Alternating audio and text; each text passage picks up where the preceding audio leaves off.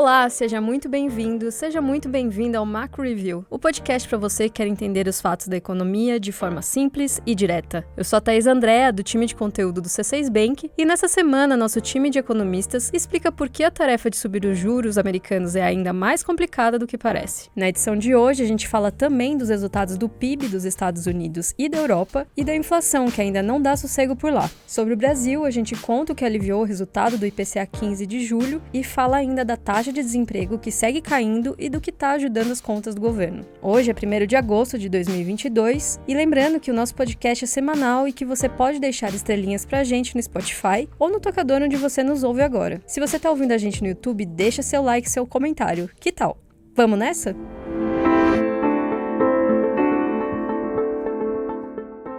O Fed, o Banco Central Americano, elevou a taxa de juros nos Estados Unidos em 0,75 ponto percentual pela segunda vez consecutiva. O intervalo agora está entre 2,25% e 2,5%. E vem mais aumento por aí, segundo o próprio Fed. O objetivo é trazer a inflação para a meta de 2%, desafio que não vai ser fácil. O núcleo da inflação medido pelo índice preferido do Fed, o PCE, acumula alta de 4,8% nos últimos 12 meses até junho e não dá sinais de alívio por enquanto. Vale lembrar que o núcleo do PCE exclui alimentos e energia, que são categorias voláteis, e traz uma visão mais limpa do comportamento dos preços. Mas com a inflação bem acima da meta, o cenário não podia ser mais complexo. Como os Estados Unidos chegaram nesse ponto? São dois principais fatores. O primeiro é o excesso de demanda. Estímulos em excesso durante a pandemia, até depois da fase mais crítica, têm mantido o consumo elevado. Além disso, o mercado de trabalho está aquecido e, com as empresas competindo por trabalhadores, os salários estão elevados. O segundo fator é a oferta restrita. É verdade que a cadeia de produção dá alguns sinais de melhora, mas o ambiente externo ainda é desfavorável com a guerra na Ucrânia e sanções à Rússia, que atrapalham a normalização total da produção. Assim, faltam peças, as mercadorias importadas não chegam nas indústrias e os preços acabam subindo. É esse desequilíbrio entre oferta e demanda que tem pressionado os preços e aumentar juros acaba sendo a solução. A dúvida é até quando a taxa de juros nos Estados Unidos vai subir e qual vai ser o tamanho do ajuste. Quem conta pra gente é a Cláudia Rodrigues, responsável pela cobertura internacional aqui no C6 Bank.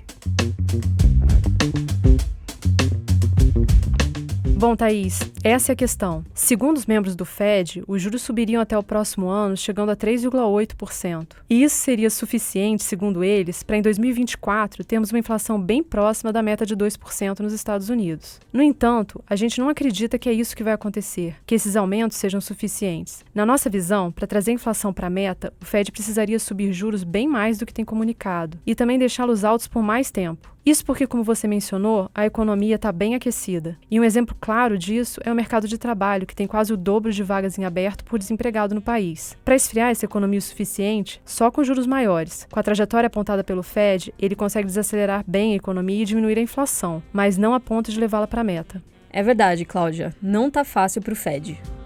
Ainda nos Estados Unidos, o PIB americano encolheu pelo segundo trimestre consecutivo, apresentando queda anualizada de 0,9% entre abril e junho na comparação com os primeiros 3 meses do ano. Esse dado pode ser encarado de duas formas. A primeira é um sinal positivo para o Fed. O consumo está desacelerando e isso significa que a política do BC americano está cumprindo seu papel. Por outro lado, 2 trimestres seguidos de queda configuram recessão técnica, o que alimenta o medo de que o pior cenário se concretize. Mas é preciso mais do que isso para dizer que a maior economia do mundo está encolhendo. Segundo o comitê que identifica os períodos de expansão ou contração da economia americana, uma recessão é um período de queda significativa e generalizada na atividade, que dura mais do que alguns meses. Na nossa visão, ainda não há um quadro de recessão. Indicadores como os de mercado de trabalho seguem bastante fortes e incompatíveis com o cenário recessivo.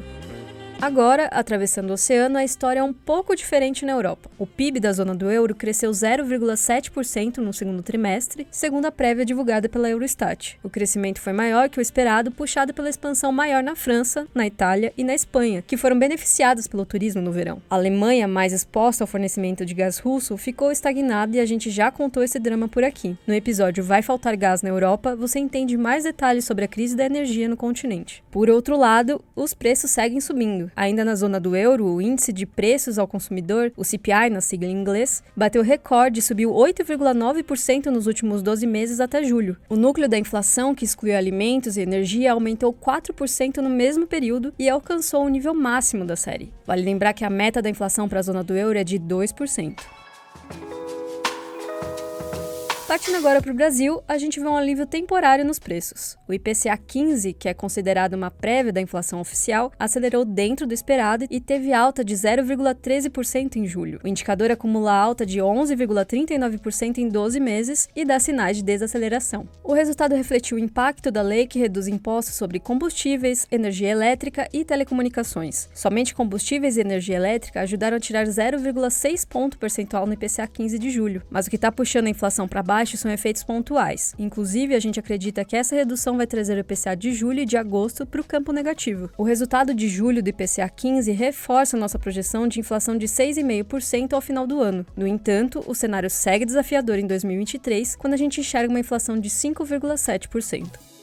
Depois de 12 meses surpreendendo para baixo, a taxa de desemprego no Brasil vem em linha com o esperado. Considerando o dado com o nosso ajuste sazonal, que exclui do cálculo as flutuações de acordo com a época do ano, a taxa passou de 9,5% para 9,1% em 3 meses até junho, nível mais baixo desde setembro de 2015. Daqui para frente, a gente acredita que o desemprego vai continuar caindo até o final do ano, fechando 2022 com uma taxa de 8,7%, mas o desemprego vai voltar a subir no ano que vem. Agora, falando sobre as contas do governo central, junho mostrou um superávit de 14 bilhões de reais, um dado que surpreende. Para o ano, o Tesouro revisou para cima a arrecadação total por causa da entrada de recursos da desestatização da Eletrobras, que somam quase 27 bilhões de reais, e do aumento de dividendos, principalmente do BNDES e da Petrobras, que vão trazer 18 bilhões de reais para os cofres públicos. A arrecadação segue forte e nossa equipe deve revisar para cima a projeção do resultado primário para 2022. Para o ano que vem, no entanto, o indicador deve voltar a piorar. Agora é a hora da nossa agenda. Eu compartilho com você os principais indicadores que nosso time vai acompanhar nessa semana. No dia 2 de agosto, terça-feira, o IBGE divulga a produção industrial de junho. Nossa expectativa é de uma contração em torno de 0,8% em relação ao mês anterior. No dia seguinte, quarta-feira, o Comitê de Política Monetária, o Copom, divulga decisão de política monetária. A gente espera uma alta de 0,5 ponto percentual, o que levaria a taxa Selic para 13,75 ao ano. Com relação ao comunicado que o Copom vai emitir, onde ele detalha melhor a decisão, o comitê deve indicar a necessidade de pelo menos mais um último ajuste na Selic na reunião de setembro. Na sexta-feira, dia 5, o Departamento do Trabalho americano divulga os dados de emprego de julho. A expectativa do mercado é de um número de contratações menor do que o período anterior, acompanhando a recente desaceleração da economia americana. É isso, chegamos ao fim do episódio. Obrigada a você que ficou comigo até aqui. Quem faz parte da equipe econômica do C6 Bank são o Felipe Salles, a Cláudia Moreno, a Cláudia Rodrigues, o Eliezer Jacob e o Felipe Mack. A produção e o roteiro são desse time todo e da Malena Oliveira. A edição de som segue comigo, Thaís Andréa. E se você tá ouvindo a gente no Spotify, não esquece de avaliar o nosso programa. Se você tá ouvindo no YouTube e gostou do conteúdo, deixa um like, um comentário e aproveita para seguir o canal do C6 Bank. Uma ótima semana para você e até a próxima!